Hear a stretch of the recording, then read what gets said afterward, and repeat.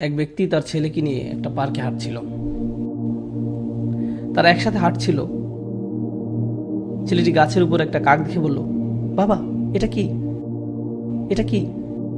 বাচ্চার বয়স ছিল 2 বছর। বাবা বললো, এটা একটা কাক। ছেলে আবার বলল, বাবা এটা কি? বাবা আবার উত্তর দিল, এটা একটা কাক। আচ্ছা ঠিক আছে বাবা, এটা কি? বাবা বললো, এটা একটা কাক।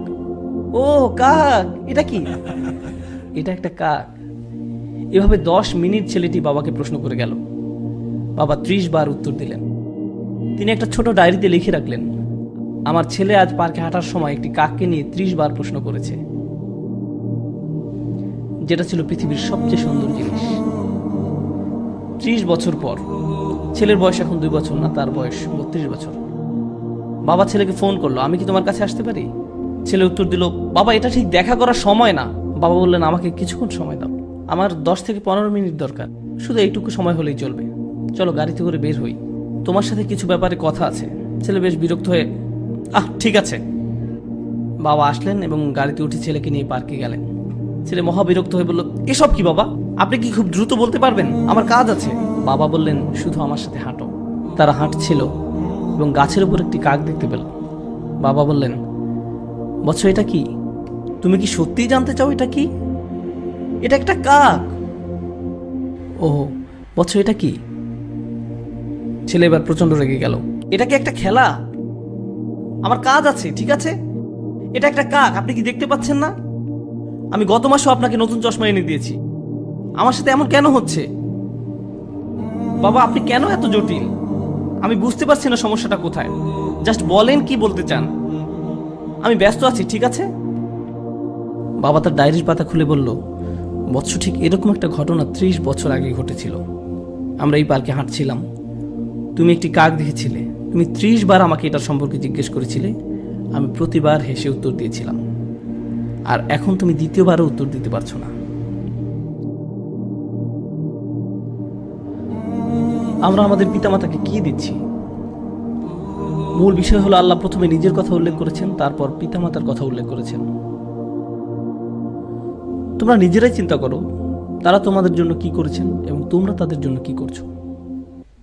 এমন অনেক পিতামাতা আছেন, যখন তাদের সন্তান আইসিইউতে থাকে, তারা ছোট্ট গ্লাস বক্সের দিকে তাকিয়ে দাঁড়িয়ে থাকেন, যার ভিতরে শিশুটি আছে। দিন রাত 24 ঘন্টা হাসপাতালে শুধু দাঁড়িয়েই থাকেন, কখনো বসেন না, শুধু দাঁড়িয়ে থাকেন। ভেন্ডিং মেশিনের খাবার দিয়ে তাদের জীবন চলছে। আর ঠিক এই সন্তানই বড় হলে ফোন করে খবর নেওয়ারও সময় হয় না। কত মা তার সন্তান ভূমিষ্ঠ করতে মৃত্যুর কাছাকাছি চলে যায়, আর এখন তার ফোনের উত্তর দেওয়া অনেক কঠিন হয়ে পড়েছে। আর এখন তাকে কি দিচ্ছেন? সারাদিন 2 মিনিটের মতো সময়। তাকে কিছুটা গুরুত্বপূর্ণ ভাবতে দিন। এটা কতটা অন্যায্য যে আপনি তাদের নিকট ছিলেন সবচেয়ে গুরুত্বপূর্ণ, আর এখন তারা আপনার কাছে গুরুত্বহীন। এটা কতটা ন্যায় বিরুদ্ধ। তারা এই যন্ত্রণা প্রতিদিন বয়ে বেড়ায় যে আমি আমার সন্তানের কাছে কিছুই না, আমি তাদের কাছে কিছুই না, আমি তাদের কাছে মূল্যহীন, আমার জন্য তাদের হাতে কোনো সময় নেই।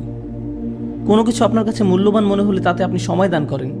বেশিরভাগ ক্ষেত্রে এই সময় আমরা পিতামাতার কাছ থেকে দূরে সরে থাকতে চাই। আপনি আপনার বন্ধুদের সাথে থাকতে চান, নিজের মতো করে থাকতে চান, মাতা পিতার সাথে থাকতে চান না। এই বদ অভ্যাসটা আপনিই বাড়তে দিয়েছেন, আর সময়ের পরিক্রমায় এটা আরো খারাপ হতে থাকবে। আমাদের পিতামাতা অনেক অনেক বেশি আবেগপ্রবণ, তারা খুবই রক্ষণাত্মক। এটা বুঝতে পারবেন না যতক্ষণ না আপনি নিজে পিতামাতা হবেন। আপনার বয়স 60 হলেও আপনি তাদের কাছে শিশু। তারা এখনো স্মরণ করতে পারে আপনার ময়লা ন্যাপকিন পরিষ্কার করার কথা, আপনাকে দুধ খাওয়ানোর কথা, কিভাবে ঢেকুর তুলেছেন, পিছনের সিটে বসানোর পর কিভাবে আপনাকে পরিষ্কার করেছে, খাইয়েছে। আপনি স্মরণ করতে পারেন না, কিন্তু তারা পারে। আমার সন্তান এটি মনে রাখবে না। গাড়িতে বসা অবস্থায়, আব্বু টয়লেটে যাবো, টয়লেটে যাবো, টয়লেটে যাবো, হঠাৎ করে সে চুপ হয়ে যায়। আমি বললাম, জানালা নামিয়ে দেয়, এখনই সময়।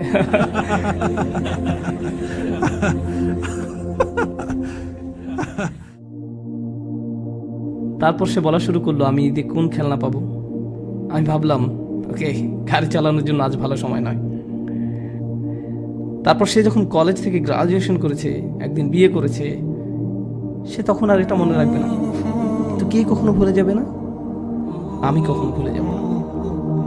আমি ভুলবো না তাকে কিভাবে বাথরুমে নিয়েছি, তাকে পরিষ্কার করেছি, জামা পরিয়েছি। সে বলেছিল, আব্বা এই স্পাইডারম্যান পোশাকটা পরিয়ে দিন। আমার সন্তানের কিছুই মনে রাখবে না, আমি রাখবো, আমি মনে রাখবো।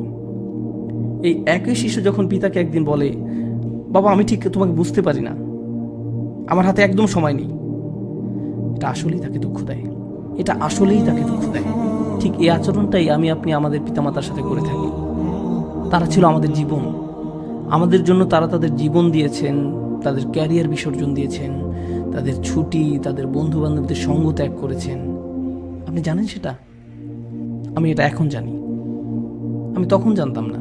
আপনি আসার আগ পর্যন্ত তাদের জীবনের এক ধরনের পরিকল্পনা করা ছিল, আর আপনি আসার পর আপনিই হয়েছেন তাদের পরিকল্পনা, আপনিই তাদের সব কিছু।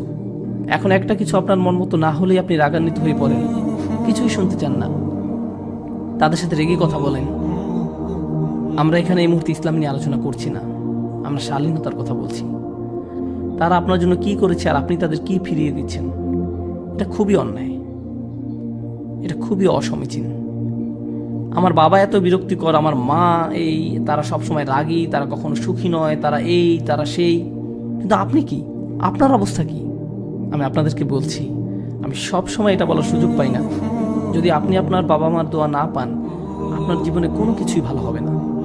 আপনার জীবনের কোনো কিছুই ভালো হবে না যদি তারা আপনার কাছ থেকে সুখী না হয়। তাদের সুখী করার জন্য আপনাকে সব করতে হবে।